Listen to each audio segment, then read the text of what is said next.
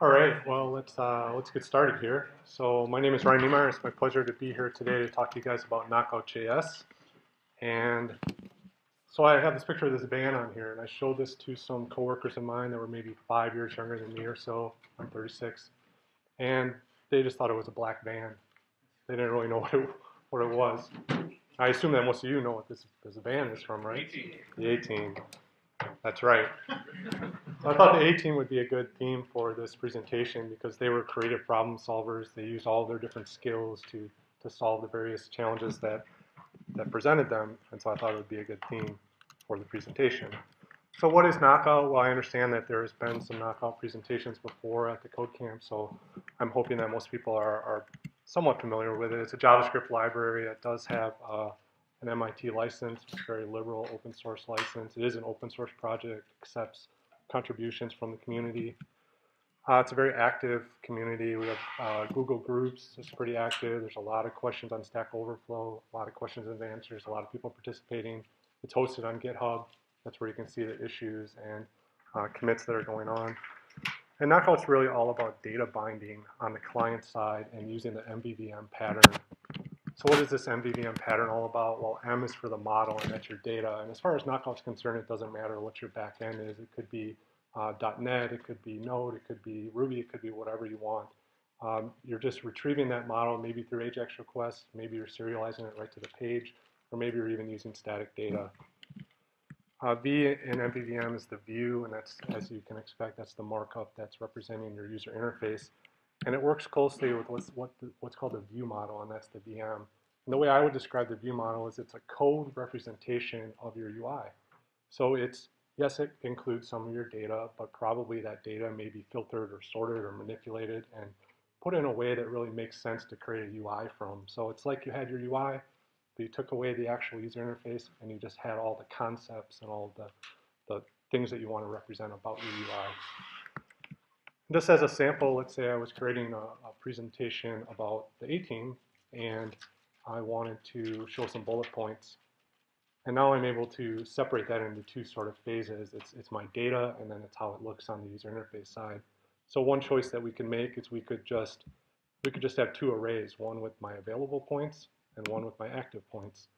And then I could have some next and previous functions that just shuffle the items from one array to the other. So now that's pretty easy code to write. We can test that code. It makes sense on the view model side. The view model doesn't know about the DOM. It doesn't know about any events that are going on. It just is about the data and getting it into a certain state. And then if I do something like next, I can shuffle these items to my active array. And then over on my view side, that's where I decide, hey, how do I want to display this? And in this case, I'm looking at the active points array, and maybe I'm using that name to form an image path and obviously using the name to display it here. So it's just kind of a sample of the way that you would think. And so again, that view model is really a pure code representation. It's just your data. And actually, it's kind of the fun JavaScript to write. You're not worried about DOM manipulation, things like that. JavaScript is really fun to write when you can kind of take that part out of it. So as a real basic introduction to Knockout, let's talk about a situation where we've loaded some data from the server. Let's say it's in this object literal here. It's a mission, an A-Team mission with a name and a risk level. And let's say our objective here is to create an editor, a little editor for the name of the mission, and then we also want to display it somewhere else on our site. If we were going to do that with jQuery, maybe we would set the text of our div, maybe we would set the value of our input and set up a change handler where we update the data and update the text. So if I were to change it to something else, it makes that update. And that's fine, that works great. But if we have a number of fields that we're doing this with across our application, we're going to be writing a lot of code like this. Certainly we can write functions to make that easier for us. We can write plugins, jQuery plugins to do that. But what Knockout really helps you do is to keep your data in mind, keep your data as the central focus. I want to do things to my data. I want my UI to react to that. So how would we do this? Something like this at a basic level with Knockout. Let's get rid of that jQuery code.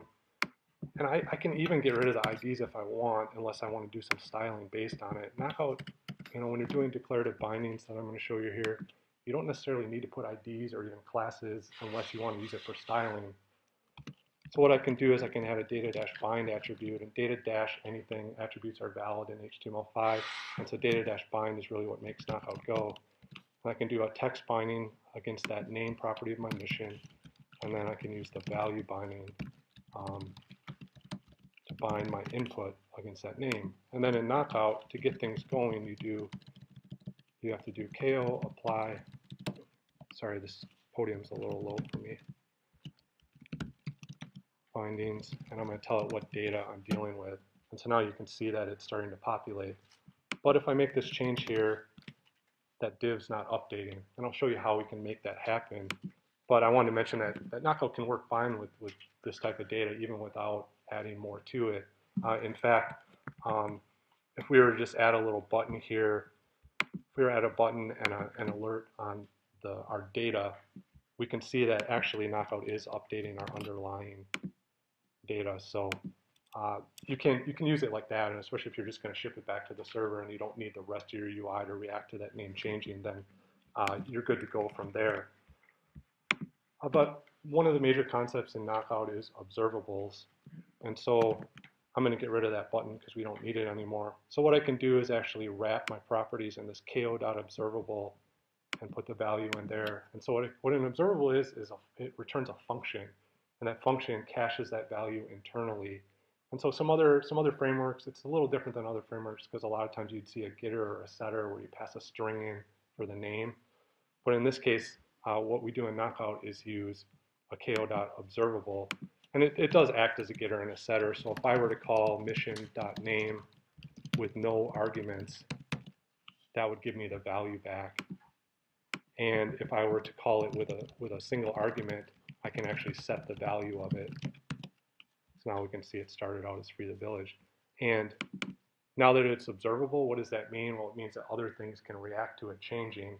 We can programmatically react to it, yes, but primarily the bindings, we want our bindings to be aware of that. So this text binding up here, it's aware of observable properties. If I were to take this out of here, leave the field, now our div updates. So again, your data is the central thing, and you're just manipulating it while the UI changes, responding to your updates. The next concept I wanted to mention was computed observables. It's another one of the core concepts in Knockout. And what a computed observable is a calculated field based on one or more observables. Let's say that we want a formatted version of the name. I can create a ko.computed and then give it a function for how I want that value to be returned. And let's say I want to return the name of the mission, and then we'll just put the risk level in parentheses after that. And right now, mission risk is not an observable, so I'll just access that property.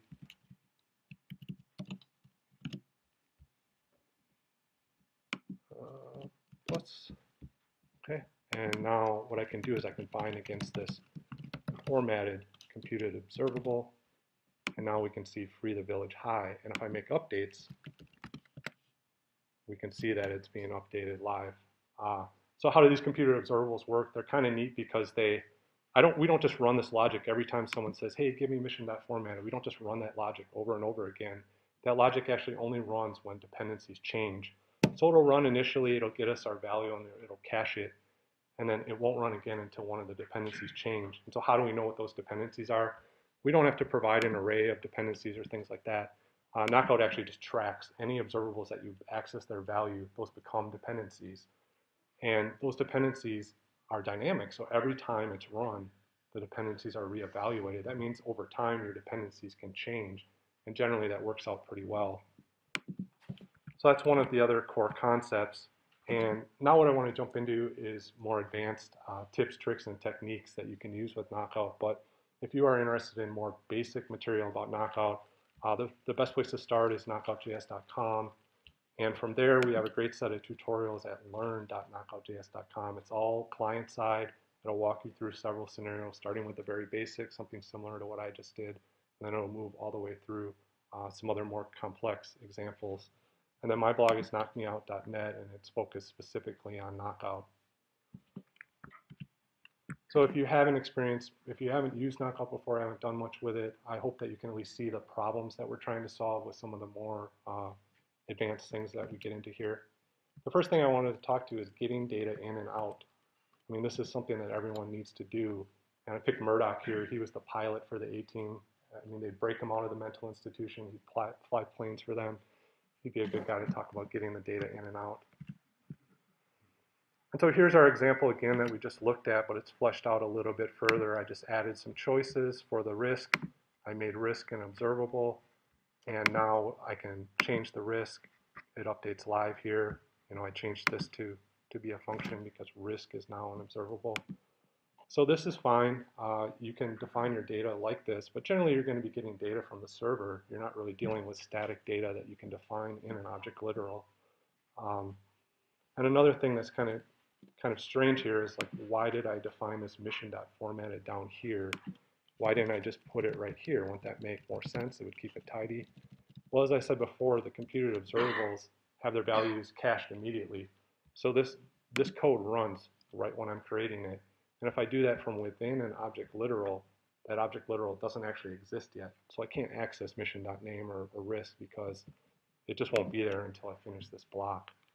Now there is a flag you could pass to computers to say, hey, defer the evaluation until later, but that's not something you would normally put on your computed observable. So that's kind of a basic way of creating one of these objects, but let's move into something that's a little bit easier to work with as things get more complex. There certainly are many ways to create objects in JavaScript and lots of patterns to do that, the module pattern, revealing module pattern. There's nothing really special about Knockout that does not allow you to use any of those patterns. You can choose any that you want. I'm going to show a real normal sample here of using a constructor function. Generally in JavaScript, you'll put a capital letter at the front of them. That's a clue to indicate that when I create an instance of a mission, I need to use the new keyword in front of it. So in this case, I'm passing in a name, a risk, and the choices. And so when I create a new mission, I can just pass those parameters in. The nice thing now is that inside of a constructor function, the value of this is your new instance. So I don't have to worry about getting out of that object literal block. Now I have this to work with. So I can define my name, my risk, my choices, and I can define my computed observable right there. The second argument to a computed observable defines what the value of this will be whenever it's reevaluated. So we can bind that to our current instance. So anytime this is reevaluated, it'll be the correct instance of it. I mean, we can't say mission here. There really is no mission. We're talking about the current instance of it.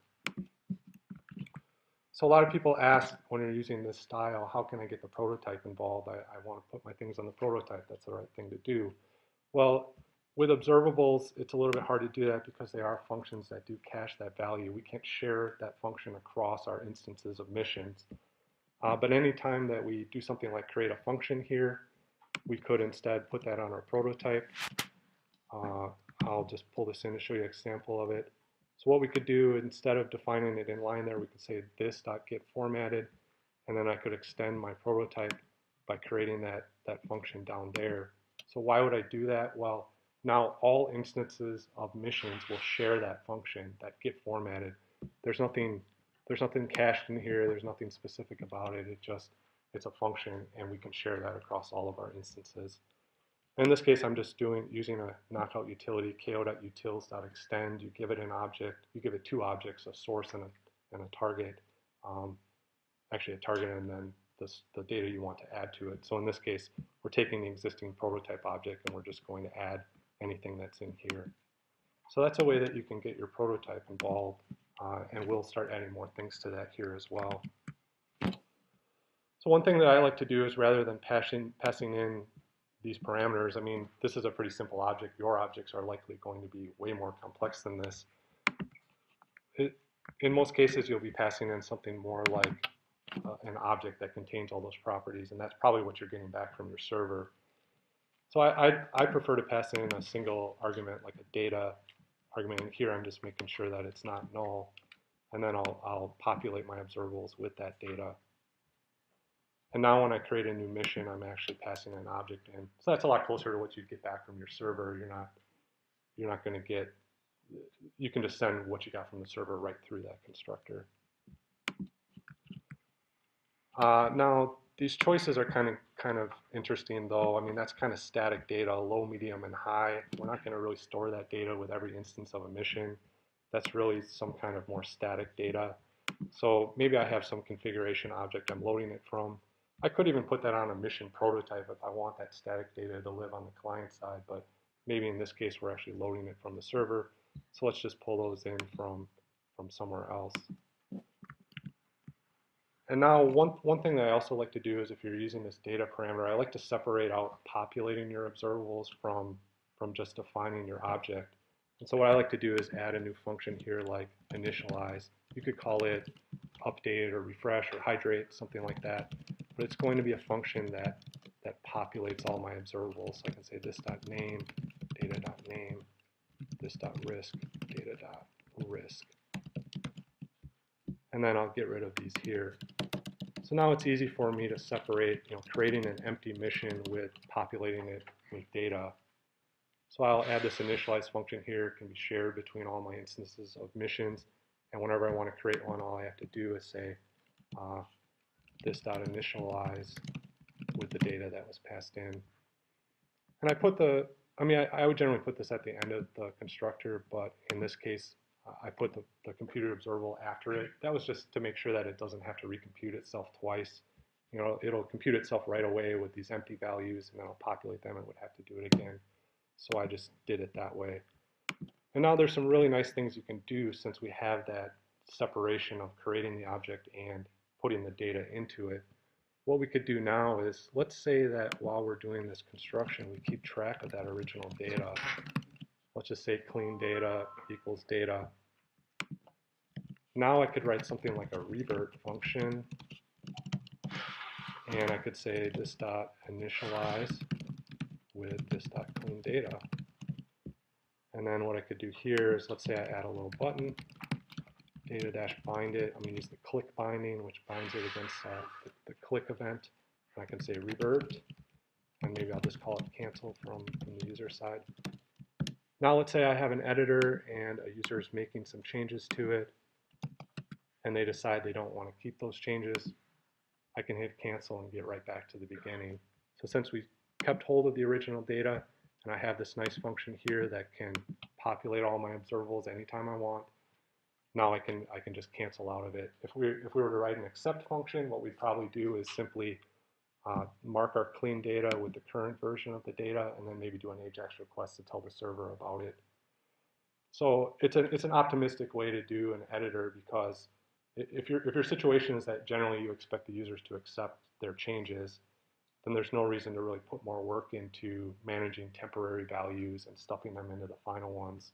If you expect that they're always generally going to accept, then we'll just update the observables, let them do their thing, and then if they do a cancel, that's the only time we'll decide to do some work and say, let's get it back to the original spot. The next thing I want to talk about is getting data out. So we kind of talked about how we're getting data into our view model. Let's talk about getting it out. So I added a pre-tag here, and I added in here a call to ko.toJSON, and I'm passing in $root, which is a special variable Knockout has available to you. That's your root level view model. And then the last two arguments get passed through to JSON.stringify, and this 2 controls the indentation. So this is just generally you'd be calling ko.toJSON in your code that you want to send it back to the server where you make your AJAX request maybe. In this case, I'm just putting in this so you can see what that data looks like. And that can be a useful debugging tip. You can put $root or $data if you want to see in a certain block, why aren't my bindings working? Why can't it find my function? You can throw that in there before it hits those bindings and take a look at what your data looks like. So if we look at our data, we have some issues going on here. The only thing we really want to send back to the server is the name and the risk, but we have all this other stuff. We have the choices, we have a formatted version, which is a calculated field. We have our clean data.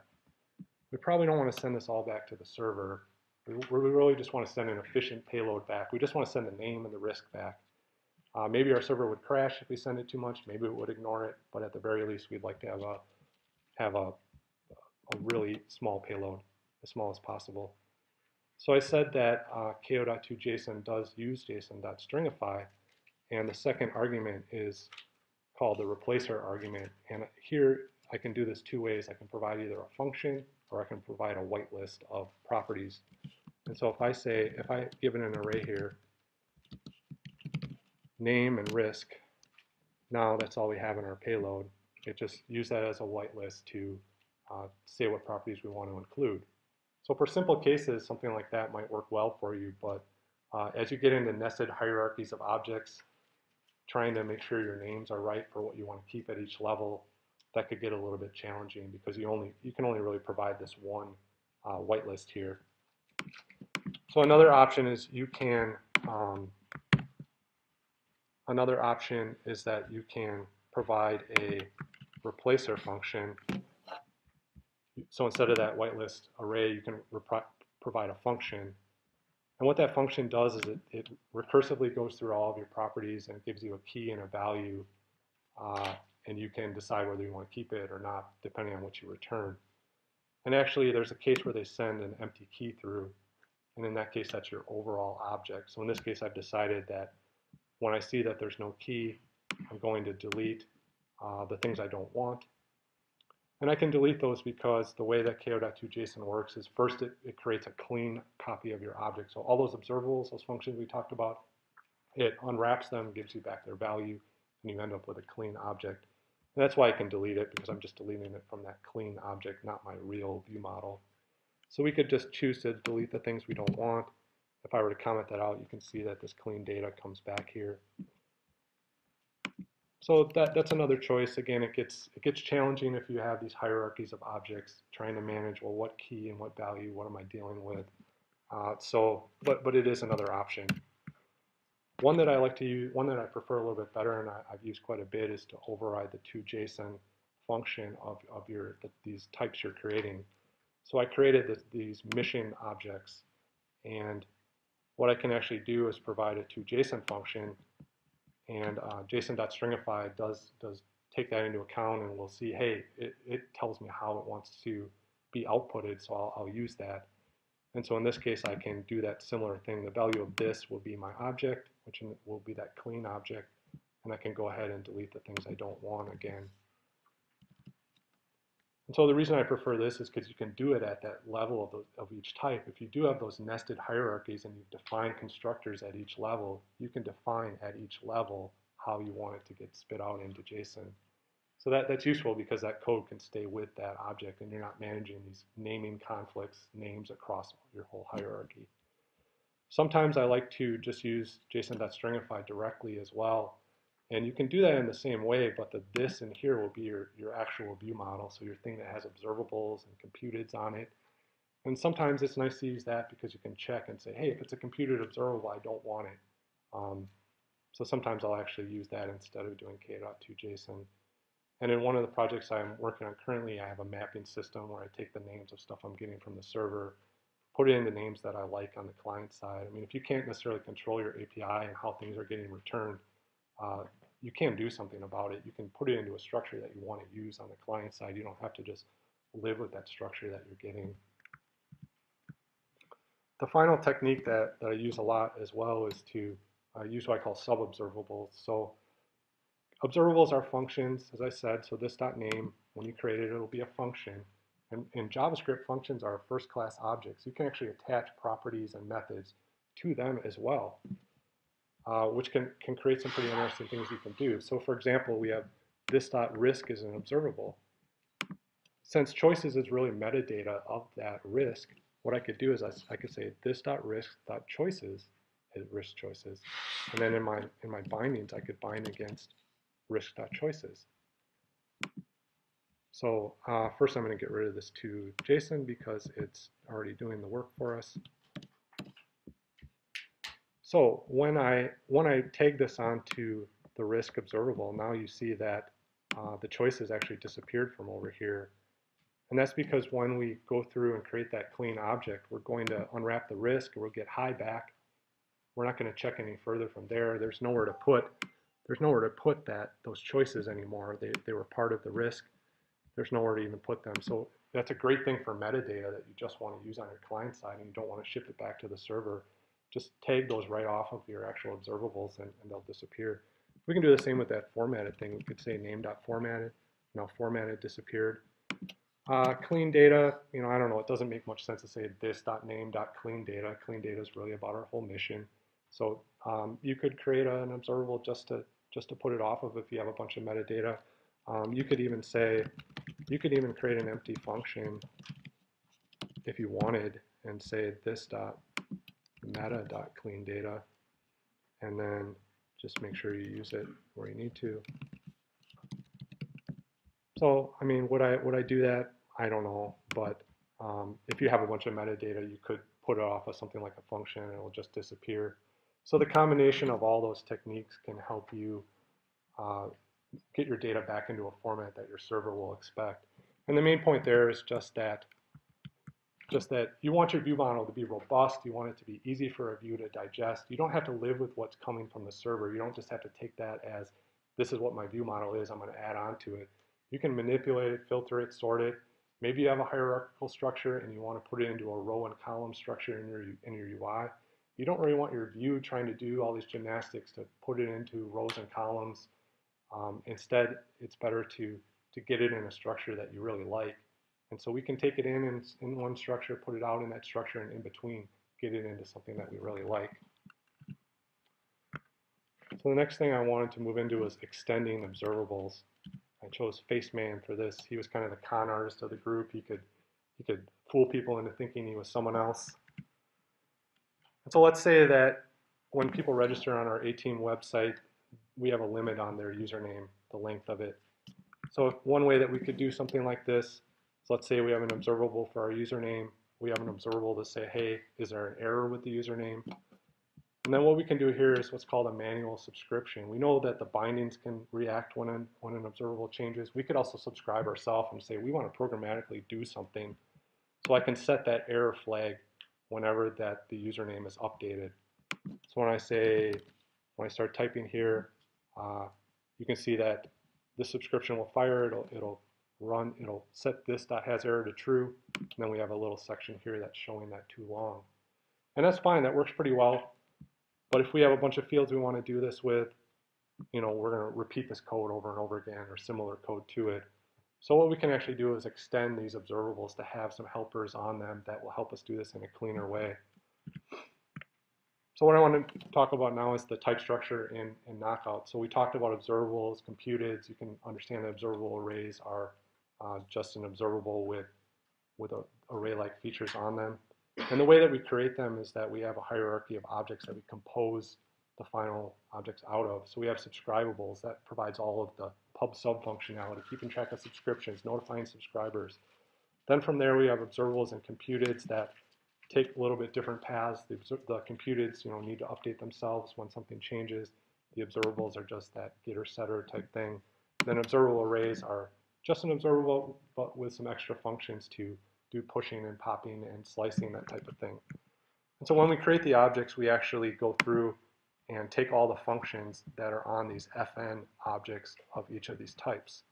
So if we want to make an extension, one thing that we can do is just add our extension onto these FN objects, and we can actually target it to the exact type that we want. If we want it available on everything, we can do it on subscribable. That's the top type that everything includes. If we want to do it specific to one of the others, we can do that as well. So how would we do this username checking that we were doing before? Well, let's say that we create an extension here called maxLength.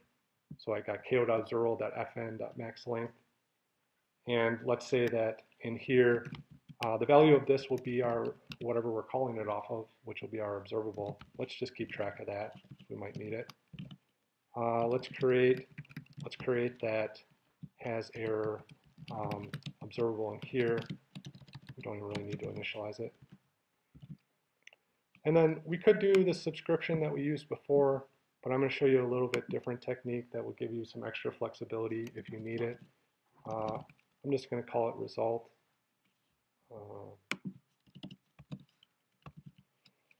And I'm going to create a computed. In this case, it's going to be a little bit different than before. We're going to create what's called a writable computed observable. And it's just a computed observable, but it allows you to provide a write function as well, which means that if normally you're just reading that computed observable, giving you the value, but you can actually supply rights to it as well and intercept those and do something with it.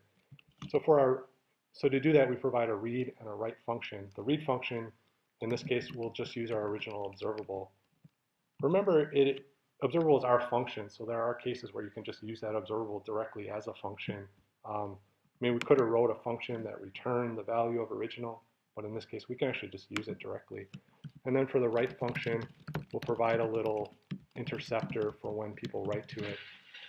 And then we can do our error thing. We can set has error equal to new value dot length, and this time we'll make it greater than max length, which is whatever they passed in. So now we have this writable computed, and the next thing we have to do is return something from here. We're going to return that result. And so what I can do here is now I can say this.username.max length of, let's say, 10. But there's one problem. We want to get at that error, and right now this error is just kind of floating in space. It's just something we created in there. Again, we can use that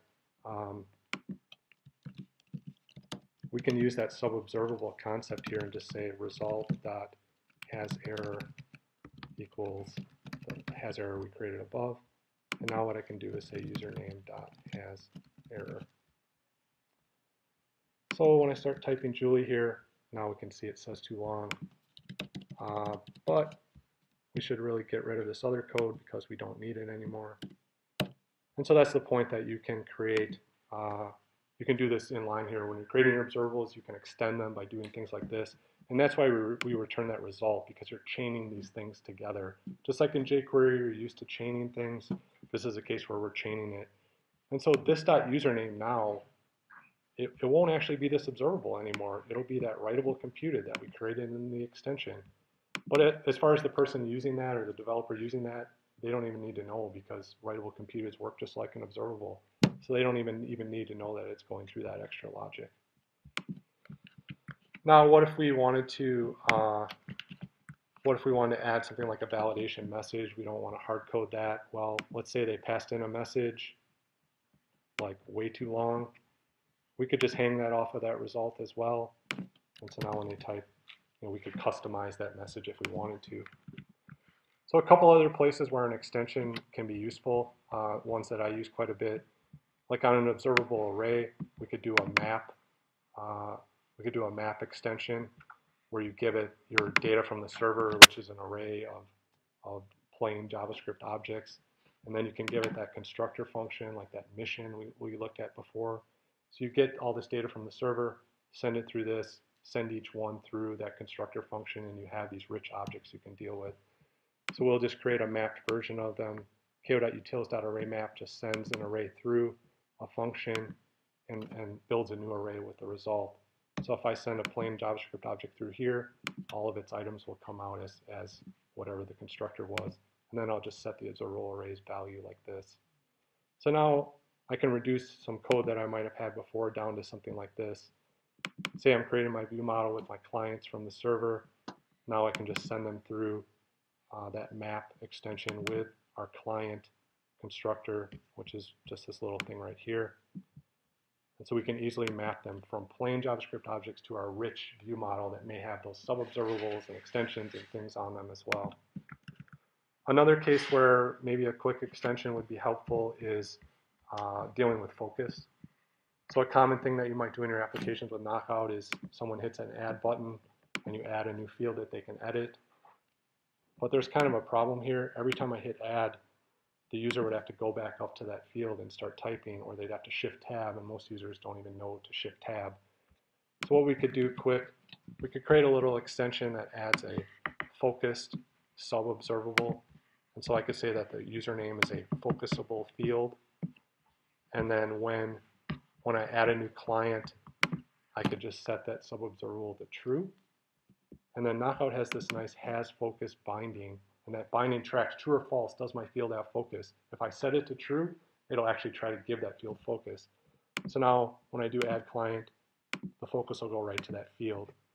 So if you are doing these CRUD kind of applications with editors and you're not doing something like this, you may want to think through that user flow. Can they do it all from the keyboard? If they have to add a bunch of items, can they just do it right from the keyboard without having to navigate between fields.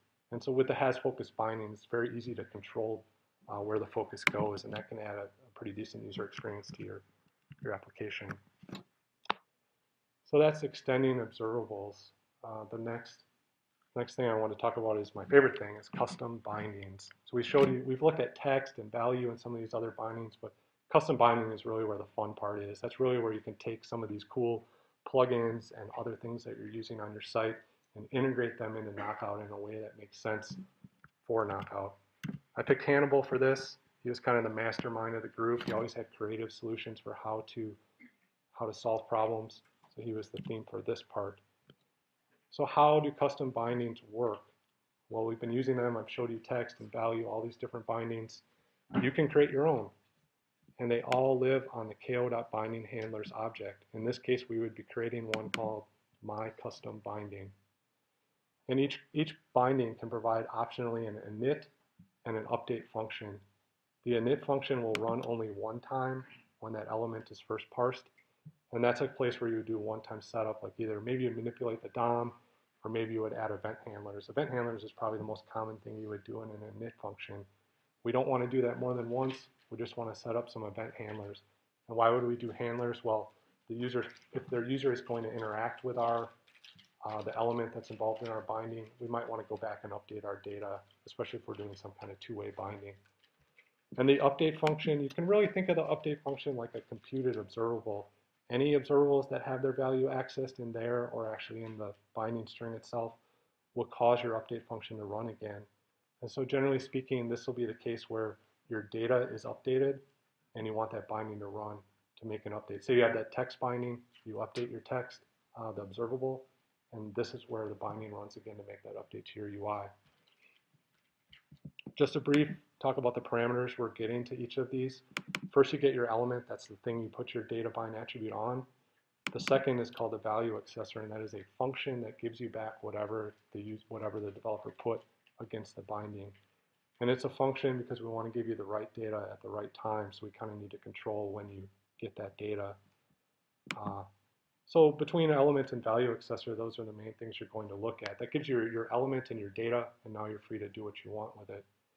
All bindings is a function that will give you back an object with all the bindings that are on that element. Sometimes you'll have relationships between two bindings and you want to know what the other bindings are. This is where you would use that.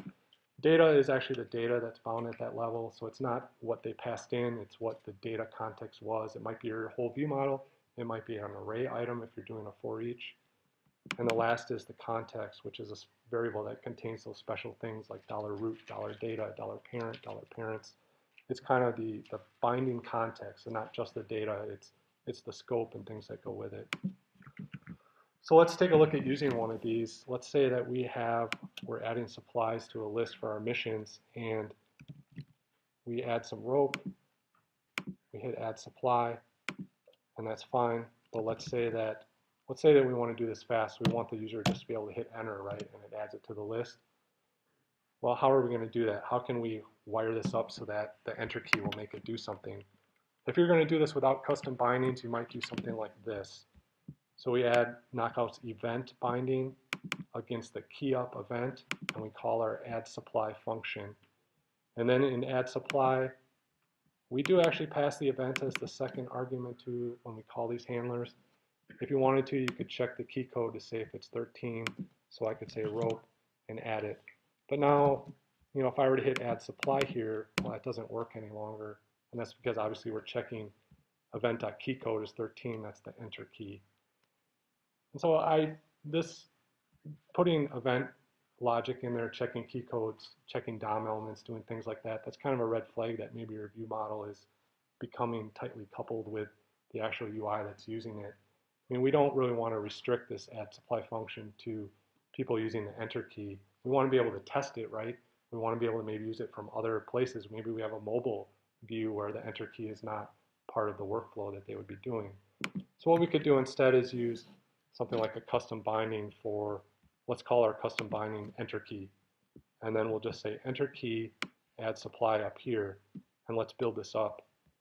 So the first thing I'm calling here is I'm creating a wrapper binding. So basically I'm saying, hey, I like the binding Knockout provides but I need to do a little bit of work before I actually call it because I want to make it easy on the person doing the binding here. So I want them just to be able to say enter key, add supply, and that's it. So at the end of my init function, I'm going to call the events. So ko.binding handlers, that's where all the bindings live. I'm going to call the event bindings init function with all the parameters that I got. But now I need to figure out what am I going to pass to it. And so what I'll do here is I'm going to create a handler, and Knockout provides the data and the event to it. So I'm going to create my own handler that wraps this add supply thing that they gave me. And so in here, this is where I can do my key code check. I can say event.keycode13, and then I actually just want to call their function. So value accessor gives us back whatever they passed, which will be add supply. Maybe you want to add some code here to say, is it a function? You know, can I call it? That's fine, you could do that. But I'm just going to call it like Knockout would, where when you use call or apply in JavaScript, in this case call, the first argument is what the value of this will be, and then in call, these will be your arguments to the function. And so I'm just calling it the way that Knockout would, which we make the current data, the value of this, and we also pass that data as well. And that's because a lot of times we want to support two cases. You may be calling a function from a different scope, like you may be calling it from the parent. In that case, the value of this may be bound already, and so you want to deal with the data. If we're calling it just off our real object, we want to use this. We're not really going to use the data that's passed in. So what I can do is call that. So now I have this, I'm calling add supply, and I'm wrapping it in that key code check. And the next thing I have to do is figure out a way to pass it into the event binding. And remember, we used that key up. We were using key up. What I'm going to do is create a new value accessor. I'm going to fool the event binding into thinking this is what it got all along. And I'm going to give it back key up with our handler. And then here, instead of the value accessor, I'm going to say new value accessor. So I'm just fooling the event binding into thinking, hey, this is what I got all along. And now when I do something like that, now it adds it. I could also hit add supply, and it'll still add it. So we're doing all the hard work in here. And obviously any of these kind of things you put in a utility file, something like that. But the idea is that from the person doing the binding, it's really simplified. I can just do enter key with add supply. That's the action. And then in our binding, that's where we take care of these checks to say, yeah, did they add the enter key down? Let me use the key up. We can really simplify it by doing something like that. Oops. Next thing I want to talk a little bit is about binding against widgets. Does anyone out there use Bootstrap? Twitter's Bootstrap? Anybody like Bootstrap? Anybody like it a little too much like me? Start every project with it, can't leave home without it. That's probably the way I describe myself right now.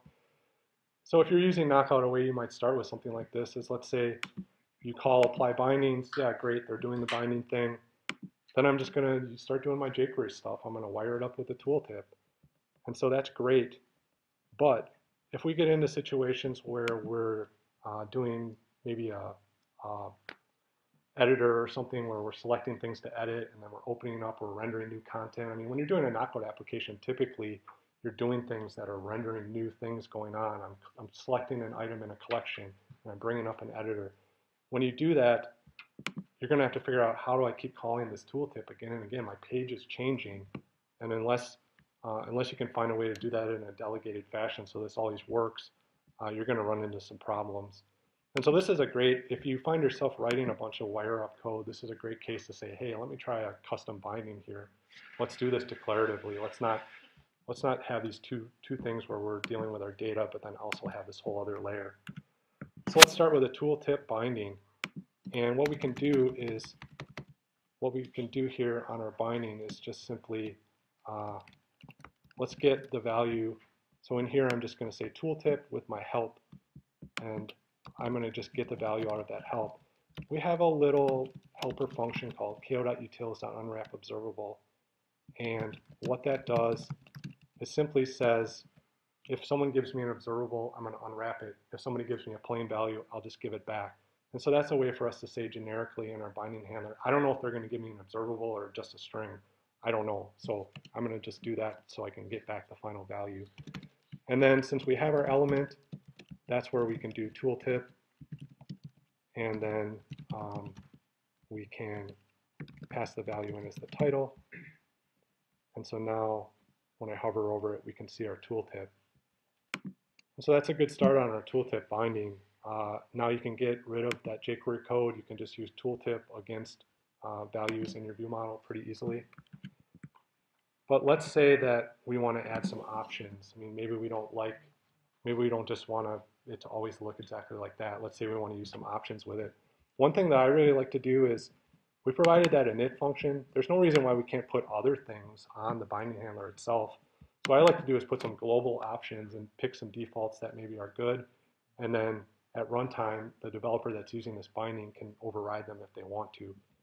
So I'm saying that maybe I want the placement of the tooltip to be on the right. Maybe I want it to trigger on a click instead of hover. And then instead of just directly setting that title option, I'm going to create an options object that still does the same thing we did before, and then I'll just extend it. And extend is just like jQuery's extend or underscores extend. You probably use something similar. I'm just going to take my options object and add all of the global options to it. So now when I go over here, it doesn't show on a hover, but when I click on it, we can see it on the right. So I think that this is a good intermediate step from simply hard coding. I mean, we could just hard code values in there, but if we want to be a little bit more generic with it, then a good thing to do is add those global options. And especially if you're creating a reusable library that other developers are going to be using, that's a good place to put your options. But what if we want the best of both worlds? What if we want them to be able to pass in some options in the binding handler and use some global options? Well, we could do that too. I think I moved too fast so that the tooltip was still there.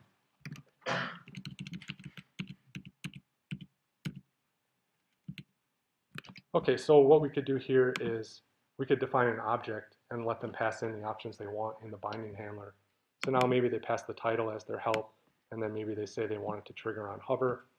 And again, we still have our global options as well. And so we can just combine those three together. We can create an empty options object, then we can first extend it with the global options, then the local ones. And I did it in that order because, you know, logically you'd want the global options to be the defaults, the local options to be the overrides.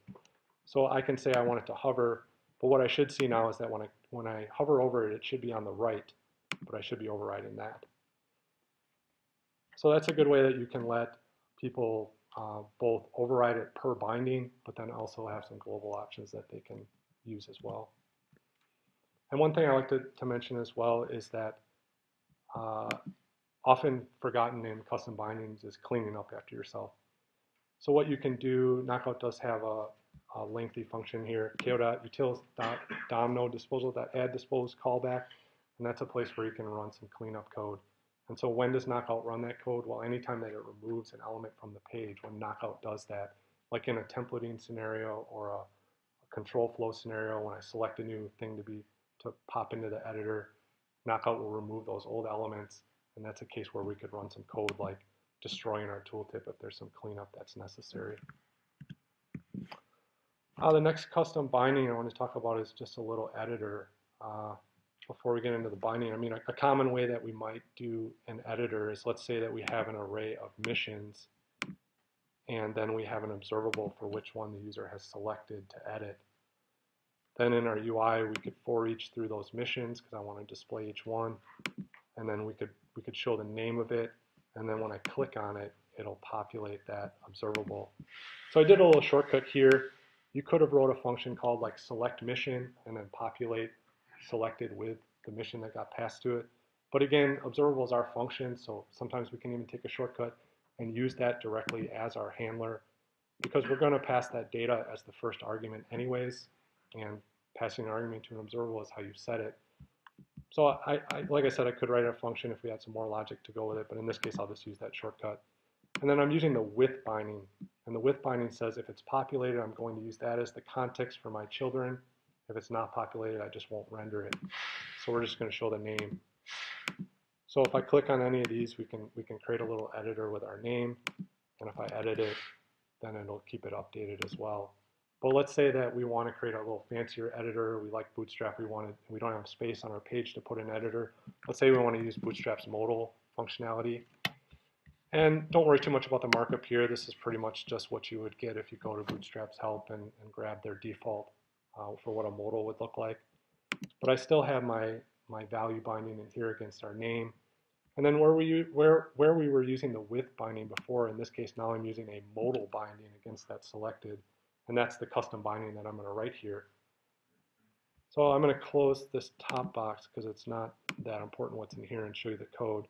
So for starters, for our modal binding, we liked what that with binding did. We liked the way that worked. We want the context of the children to be that selected object. So the first thing I'm going to do is just wrap the with binding. The with binding has an init and an update function, and so I'm just going to call those. And this is a way just to do a pass-through. If you do, so k.bindinghandlers.with is the binding, init is the function. I'm going to use JavaScript apply, and I'm just going to pass the value of this as the same value of this for that context, and then the arguments that were given to that function, I'm going to pass through. So that's just a way to wrap a function. I just want to call the original. And I'm doing a return here. That's something you just would kind of have to know about the control flow bindings like with. They pass a flag back to Knockout that says, I'm going to take care of my children. Don't try to bind them with your data. I'm going to give them my own context to bind against. So right now what we have is a simple wrapper to the with binding, but let's get our modal stuff in there. So what we can do is we could say $element.modal, and let's just say show false. Let's just start it out as not showing it. And then in our update function, let's grab our value just like we did before.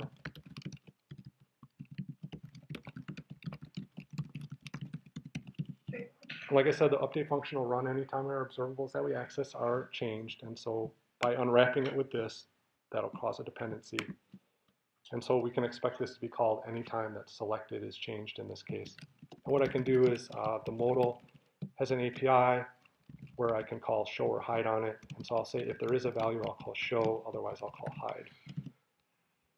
And so what we get now is when I click on something, now I've got a little editor in jQuery's modal. If I don't like that sliding effect, I could get rid of the fade and it should just pop. So that's a pretty easy way to do something like that. There is one thing that we're missing actually. You're not seeing the selected what's in there, but what we can actually do is respond to the hidden event that Bootstrap provides, or that Bootstrap triggers, and then we can read our observable out of the value accessor and then just set it to null. So now, I mean, it'll be the same, but no matter how I get out of this modal, whenever it's dismissed, we'll clear the value of the selected observable, and that'll trigger this to hide it. So now the next thing, I mean, I'm not going to show it, but what you would do is, remember we talked about that reverting stuff before?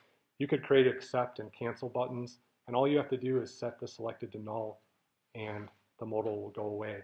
You don't have to worry about calling those API, calling show or hide on the modal. That's all just part of the binding. And so when I create binding handlers, I really like to think about how would it make sense to use this in the context of Knockout. In this case, we want to use it just like that with binding, but instead of showing it in some block on the page, we just want it to pop up in that modal. And this would be one way that we could do that, is just anytime that selected is populated, let's show it.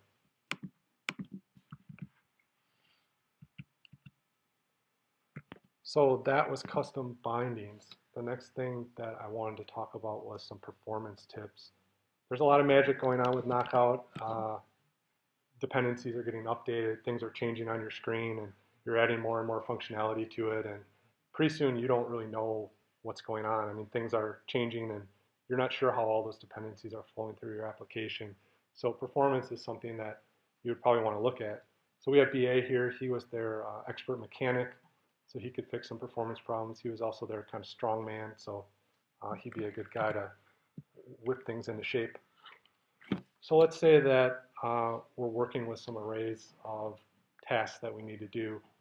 And you don't have to digest the code too much here, but let's just say we have an array of tasks.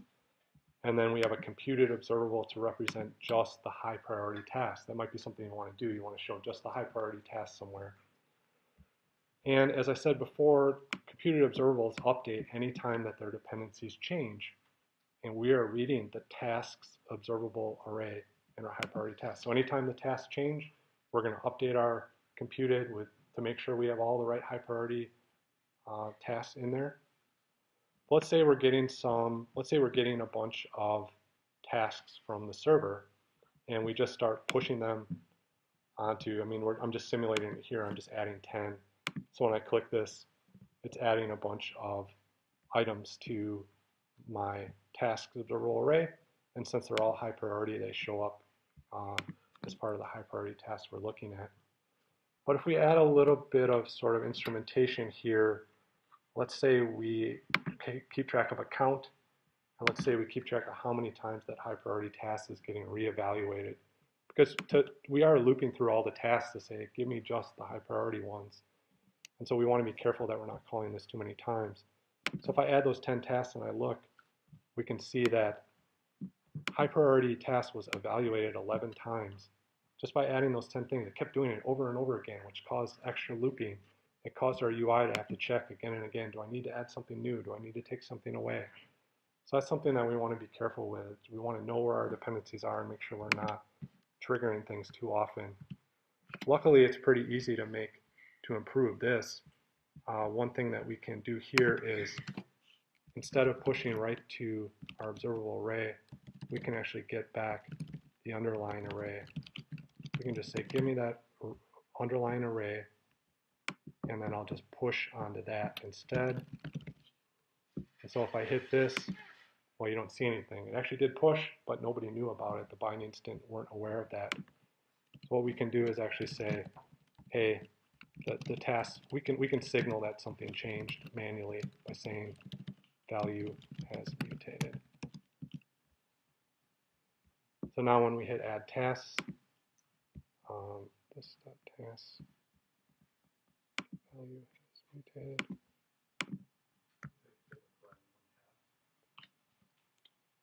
Oh, yeah, you're right. Value as mutated is a function right off of the task observable array, so we would not need to unwrap it like that. So if I hit that, you see it was only updated twice, once initially and once after we did all of our work. So if you're going to do something like work with an observable array, do a bunch of operations on it, slicing, splicing, pushing, popping, it's a good thing to just separate out, get that original array, do some things to it, and then finally let the UI know, hey, go ahead now, you can update. Another one to be careful of is control flow bindings. A typical scenario, you might say something like, if there are any tasks, then render some section of tasks. But the thing to note here is that this does have a dependency on that observable array again. And the way the if binding works is that anytime it's triggered, it'll re-render that area again. So if I were to, it doesn't look like much is going on here, but if I were to change the name to something like the date, and I start adding tasks, you can see that all of them are getting re-rendered. And so in your applications, it's not a bad thing to do, is add something like a date just while you're testing to make sure, hey, are things getting updated too often? Luckily, in Knockout 2.2, which will be out in probably the next 2 weeks, we did make a fix to that, and it won't actually re-render unless you change between false and true or falsy truthy. So I won't go too much into how you could prevent doing that, but there are some other ways that you could do that as well. For starters, you could change this just to the visible binding. The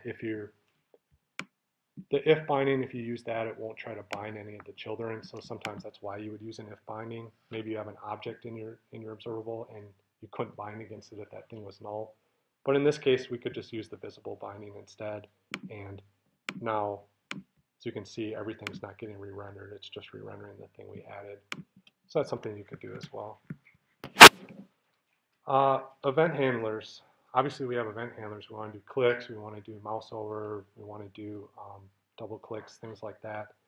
If you have something like, say, a grid where you have 10, 20 or more columns and 50 rows, 100 rows, if you're writing some code like this where you're attaching one or more of these type of handlers, especially in older browsers, you may see some I mean, there is some performance impact to attaching all of those handlers. I think Chrome hides a lot of issues. I think, has anyone else experienced that? That just everything works fast in Chrome. It doesn't matter. You can do a lot of crazy things. So it's a good idea to test early and often with those older versions of IE if you're using them. So I just have a simple situation here where I'm calling. I have a bunch of tasks I'm looping through, and then I'm calling off of the parent, which is my view model. I'm calling remove task, which will just remove that task. So I can do that.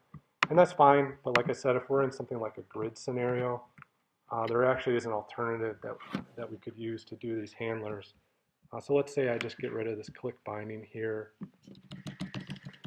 and maybe I just add a class instead, class remove. And then in Knockout 2.0, we added some APIs, ko.data4 and ko.context4, that we can use to take an element and get back that data. So what I can do here is I could say something like, I don't know, maybe, I guess I have tasks on there. I could just do some jQuery here, like on click for any elements with remove. Get some space down here. And then what I could do is say my context is ko.data4. And in any jQuery callback like this, the value of this will be the element itself. So I can call ko.data4 on that element to get back that data. And actually, I want to call context4. So what I can do from here now is I have that context. Context has my parent, it has the root, it has my data. So I can call context.$parent.remove task with context.$data. And so the way that on works when I use it like this is it creates a delegated handler. It'll attach one handler at that high level. In this case, it'd be like on the UL. You could even attach it at a higher level if you need to. So it'll be one handler, and all of the, when I trigger that event, it'll trickle up, it'll bubble up to that one handler. So I don't have to attach a handler on every single link in this case. So now when I do this, I forgot to do one thing, which is prevent the default action from happening. So I can pass the event in here and say event.prevent default. Knockout does that for you automatically. So now I could just remove those. And so again, if you have a grid scenario or you're just attaching a lot of handlers and you think you're having some performance issues, especially in those older browsers, using something like this delegated approach can be a big win. I would still advocate for another nice thing too is that when you're calling, like when I did that click binding against the parent, we had to do a little bit of extra work here to make sure that the correct value of this was being used when remove task was called. If I'm using it in this way, now I'm actually calling it off of the right object. I'm calling it correctly, so I can remove that bind. That's another nice thing. Now, if you are doing this unobtrusive handling, I would still recommend you still want to create something like this remove task function in your view model. You want your view model to be this independent thing that you can test. It can do all the right actions. I would advocate for simply retrieving the context, your data, what you're dealing with, and then using these things as more of a wrapper. I mean, obviously this function is tightly coupled to your actual view that you're dealing with. So I would keep this code separate from your view model itself and let your view model still be that pure data-driven code, just dealing with the data. But that can be a big win. I've also been exploring lately some ways to do declarative versions of this stuff. So rather than having to wire it up in jQuery, using some data bindings that don't actually attach the handlers, but just indicate what function you would call, kind of like the command method, something like that. So if anybody's interested in that, let me know. I could send you some samples on how to do that if doing this, if you don't like having this separate code to manage as well. The final thing that I want to talk about for performance is throttling observables. So let's say that we have a search form here and somebody starts typing something to search for. If we had a manual subscription on that observable and said, hey, every time they type something, let's go do an AJAX request, we're going to start firing off all these AJAX requests, and a lot of them are going to be invalid. I mean, maybe we could start canceling them, but the ones that are already going to the server, they're doing work that we don't need anymore. So one thing that you could do is use the throttle extender that Knockout provides.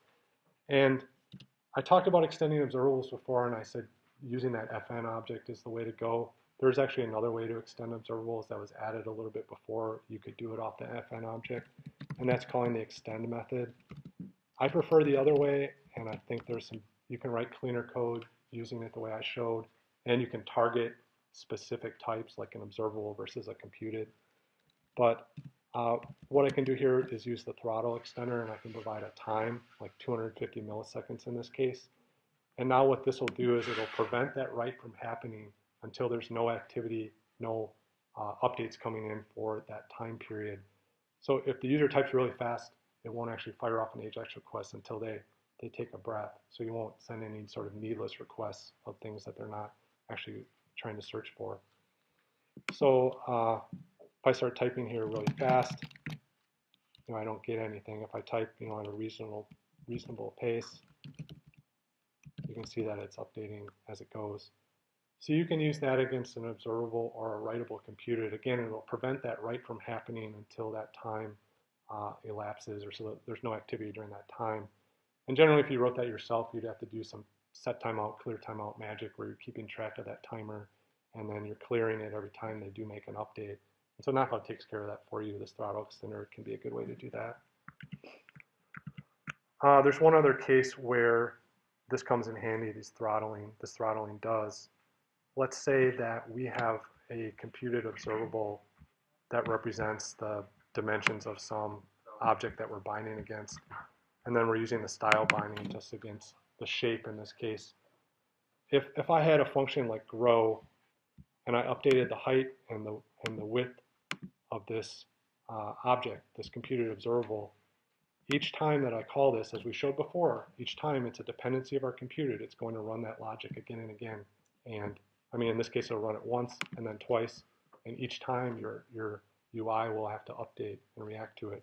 So if I hit grow here, you can see it goes from 1 to 3, 3 to 5, 5 to 7. I mean, this is pretty simplistic, but if you had something where you had a computed that had lots of filters and other observables that contributed to its value, then if you're going to make updates to a lot of those observables, you're going to want to think about how to handle that so your UI doesn't have to keep updating itself. And luckily, it's pretty easy to do that. You can use that extender again with throttle, and as long as you give it a positive value, in this case, we're just giving it the minimum value we can of 1, it'll actually ensure that it's not reevaluated more often than the time that you put in there. So if I make a bunch of updates in the same execution, I can make as many updates as I want here, and the actual reevaluation won't happen until that code is done. So now if I hit grow here, you can see that it's only updating 1 time. So that throttle extender, if you do have a lot of dependencies, that throttle extender can be a wonderful thing for you to use. However, if you do have a bunch of, say, cascading dependencies where you change one thing, it updates another and another and another, if you put these throttlers on all of those, because it does work with a set timeout, and there is a minimum delay in browsers for how long that takes, if you had a lot of those chained together, you could start to see some delays just from that asynchronous, the way that it would be executed asynchronously. So I'd use some caution with using those too much, but generally speaking, you should be pretty safe to do something like what we're doing here. One of the other programmers that works on Knockout, Michael Best, he does have a plugin called the Deferred Updates plugin, and that actually does some really amazing logic to make sure that doing code like this won't cause more than one update to that observable or that computed observable. So if you do have that cascading dependency scenario, you might want to look for the Deferred Updates plugin. And eventually someday I think we'll probably get logic closer to that into Knockout Core. So that was the last thing that I wanted to talk about. And just to summarize, I think that the best thing that you can do to improve your Knockout application is first to learn some more about the A-Team. There are 85 lectures available on Netflix streaming right now. I think they call them episodes, but what's that? Does that include the movie? Doesn't include the movie. This is just the original. Okay. What movie? What movie? I've never heard of the movie. So once you get through all those lectures, then you can move into some of these other topics like getting data in and out. The main point there is make your view model robust, make it represent all those concepts that your UI needs. And you can filter the data coming in, you can filter it going out. There's lots of ways to do that, but make your view model right so that your view does not have to have a bunch of crazy logic and stuff in it. And that's one of the criticisms of Knockout sometimes is, oh, you see people putting a lot of logic in those data binding attributes, and you don't have to do it that way if your view model is structured correctly. So take some care in that. And again, just what you're getting from the server, from that API you're calling, that doesn't have to just become your view model. You can do some work to make it better, make it the way that you want it. Extending observables, this is just keep dry, don't repeat yourself. You can use these helpers, these utilities to get a lot of power, and I like doing that chaining way where you can just chain some things together and add that functionality to your observables. It's really useful with that sub-observable concept. Add that metadata right onto your observable. Is it valid? Is it focused? Is it, whatever you want, you can keep adding that on there. What's an error message for it? Just tag those right on there, and then they'll disappear when you want to turn it to JSON anyways, which is probably what you want because that's not things you want to save.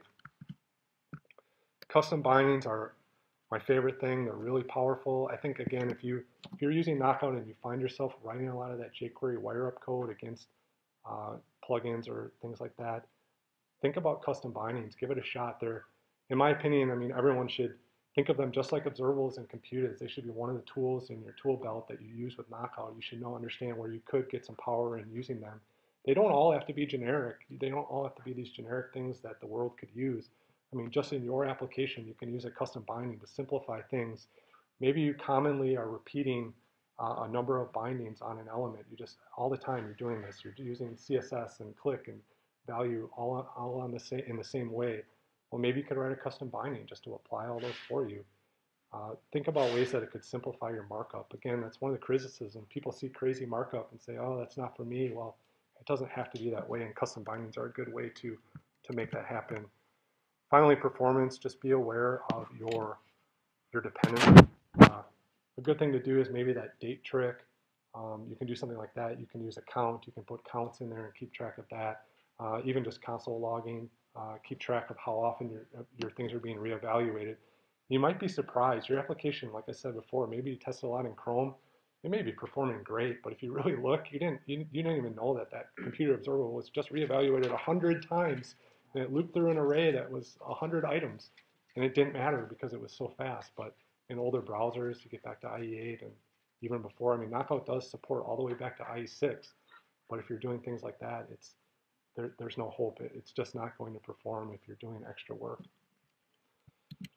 And so that was it. And I was really happy to be here today in Gopher Country. I am a Badger. I'm from the Madison area, so don't hate me. But if anyone has any questions, I'd be happy to answer them now or come up and talk to me. I'd love to talk to you. So thank you.